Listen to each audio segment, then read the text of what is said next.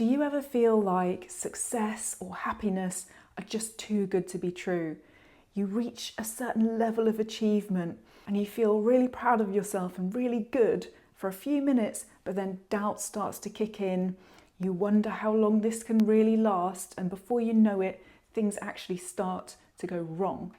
And when that happens, it's not actually bad luck. It's called the upper limit problem. And if you don't fix it, you're going to get stuck in a cycle of self-sabotage that keeps you below your full potential.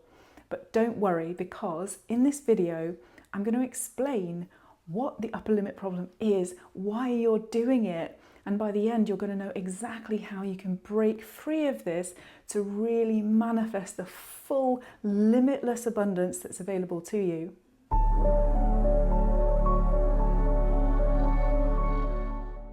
The upper limit problem is a term that was coined by Gay Hendricks in a book called The Big Leap. Amazing book, I highly recommend it.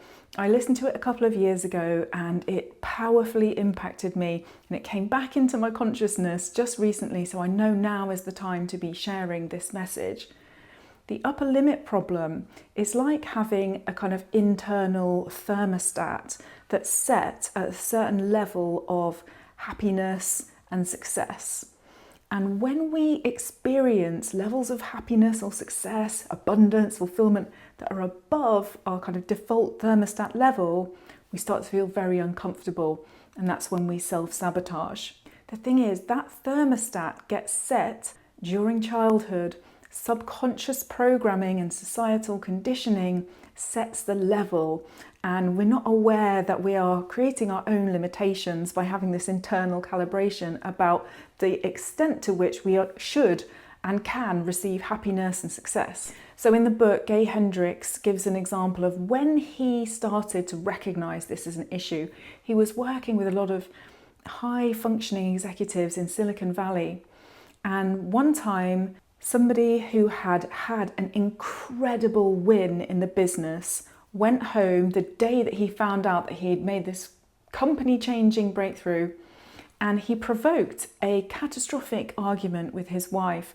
The children got involved and it completely disrupted this professional business person's success. The wave of happiness and satisfaction that he was on completely crashed. This is the upper limit problem in action. Self-sabotage that kicks in when we get to a level of success and achievement that is outside of our comfort zone. So how does the upper limit problem actually express itself? You've up-leveled, you've achieved something really good, and you get sick, or you have an accident.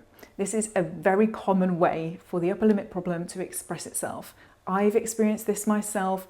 I'm a very dedicated yogi, and I'm moving through a series of sequences that get progressively more and more difficult, and achieving them is seen as a big deal in the circles that I'm in. And what I found was when I would reach a kind of pinnacle or a significant milestone, I would often get an injury as soon as I had achieved that. And it was like it was taking me back a peg or two, not allowing me to step into the new identity of someone that's reached this high level. Another one is arguments. Picking an argument with someone when the relationship is going really, really well, or creating or getting involved in drama. Anytime there are harmonious relationships that feel really, really good, we can provoke discord, because our upper limit problem is saying to us, this isn't okay, this feels too good, I don't understand this feeling, let me bring it down a peg or two.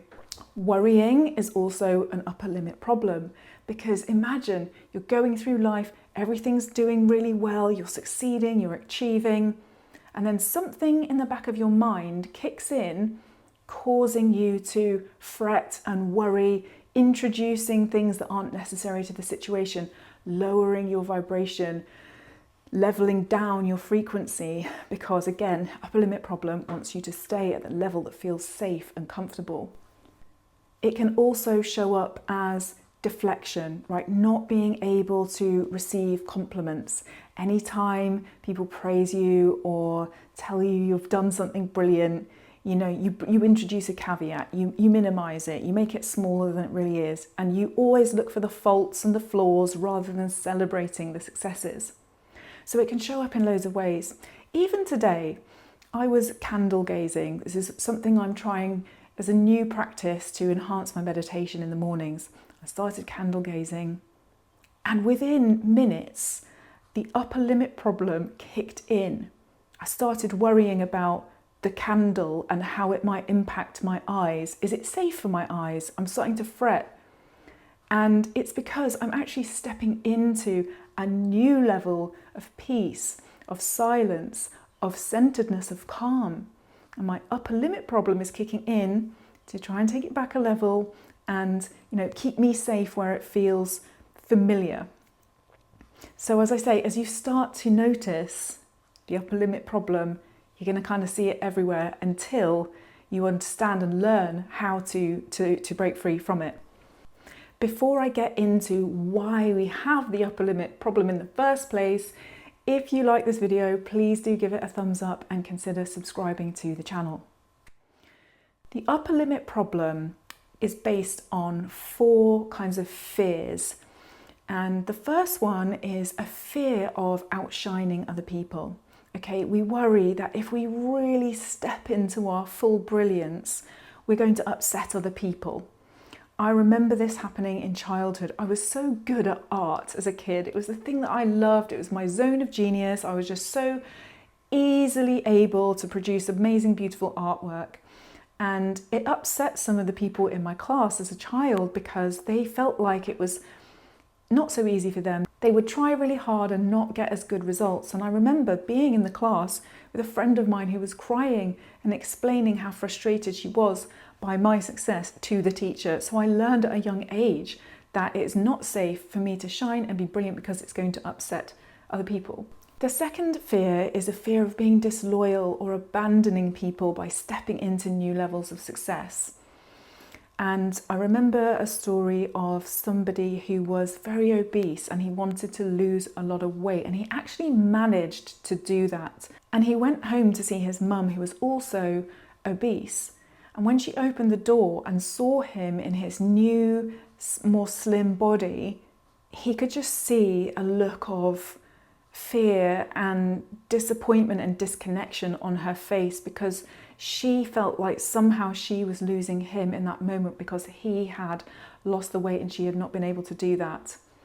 It's a heartbreaking example of how we can have a kind of codependency around our limitations, and that it can feel disloyal when we actually want to break free of those, even if our friends, our family and our loved ones aren't going to be doing it at the same time as us. The third fear is the fear of essentially not being worthy. If we are in this space, we are not able to call in abundance. We are not able to transcend our upper limits because we believe that good things can't happen to bad people. And the last one is the feeling that if we are successful, it's going to create an extra burden on us. It's actually more responsibility and we don't necessarily want it. And I remember hearing Paul McKenna, the famous hypnotist, talking about abundance. And he said that somebody he was working with describes a moment where a parent said, "Oh no, you don't want to be successful because successful people have heart attacks." Now, there's no logical correlation between success and heart attacks, but the parents had this assumption that money, success equals stress, burnout, to the extent that you can actually die. So again, lots of beliefs that we pick up through our life, especially in childhood, they get lodged in the subconscious and they provide the foundation for our upper limit problem. So how do we actually overcome the upper limit problem and step into a life of much more freedom and abundance? Well, the first thing is that just by watching this video and starting to become aware of when you're doing this throughout the day, you are beginning the process of dissolving some of your upper limits. Awareness is so key. When you start to shine a spotlight on some of the things that are actually holding you back, you start to really dissolve the energy and move into a different state of being. But in a more concrete sense, the way Gay Hendricks says that we move away from our upper limit problem is by moving into our zone of genius, okay? The zone of genius is a place where you wake up and you do work that is so energizing and enjoyable that you don't even see it as work. You don't notice the time passing. You are absolutely in your most magnificent, glorious flow, and life is just wonderful. That is your zone of genius. Underneath that, there are 3 other zones, okay, and we want to move away from these. The first one is the zone of incompetency. This is the zone in your life where you're doing things that you're just not that good at, and you want to really move away from this as much as possible. You want to delegate things that you're not good at and that you don't enjoy. And then the next level is a zone of competence, where you are quite good at doing things, but actually somebody else could do them just as well as you. And again, you want to start shifting these things away and not putting so much time into that. And then the next zone is the zone of excellence. Now this one is interesting because here you actually do excel. You're really, really good at this, but there is some sacred part of your soul that is not lit up, that is not fueled, that is not nourished by what you're doing in this zone. So it's like somebody could be an absolutely amazing lawyer. They are excellent at that, but it does not leave them feeling nourished. It is not something that they would do if they didn't get paid. It's not something that lights them up and allows them to be in their flow state and express their true soul. And then we have the zone of genius. This is where you are so aligned with what makes you feel alive. This is where you are in a flow state. This is where you're not only enjoying yourself and expressing yourself, but you're also having the greatest impact on the world.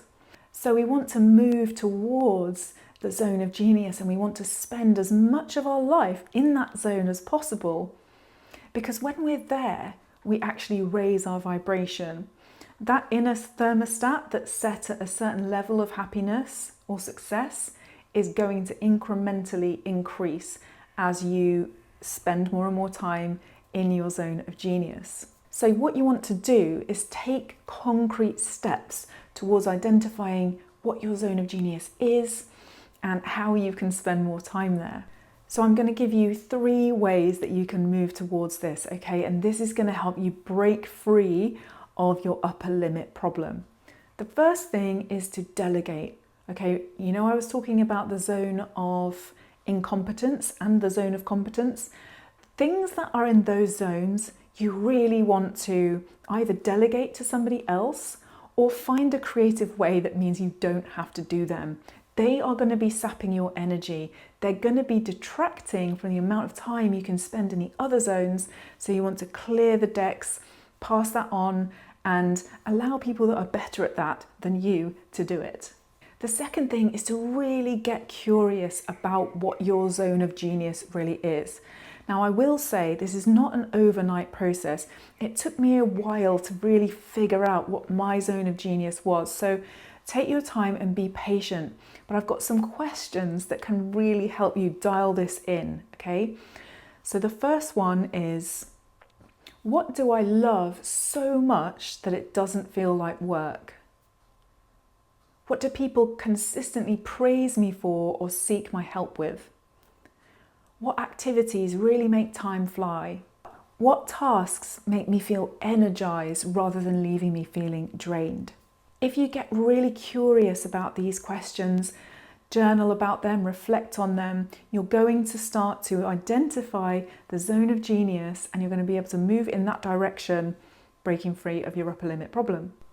And then the third thing is to practice. Okay, you need to move into spending more of your time in this zone of genius than you are in the other zones. And you can practice just 10 minutes a day. Once you have figured out what these things are that make you feel so alive, so aligned, so passionate, so flowing, so able to create impact in the world, spend 10 minutes a day on that. And then you're going to find that you have a positive addiction, okay? You're going to want to spend 15 minutes a day, then 20 minutes a day, and more and more and more and more. And it's really going to dissolve the things that are blocking you from moving into a level of success and happiness that up until now felt uncomfortable. So if you take away one thing from this video, let it be this: what you have now, where you are now, is exactly the amount of love, abundance, and success that you are allowing into your life. So start allowing in more now. You can notice your upper limits. You can start to understand what lies beneath them.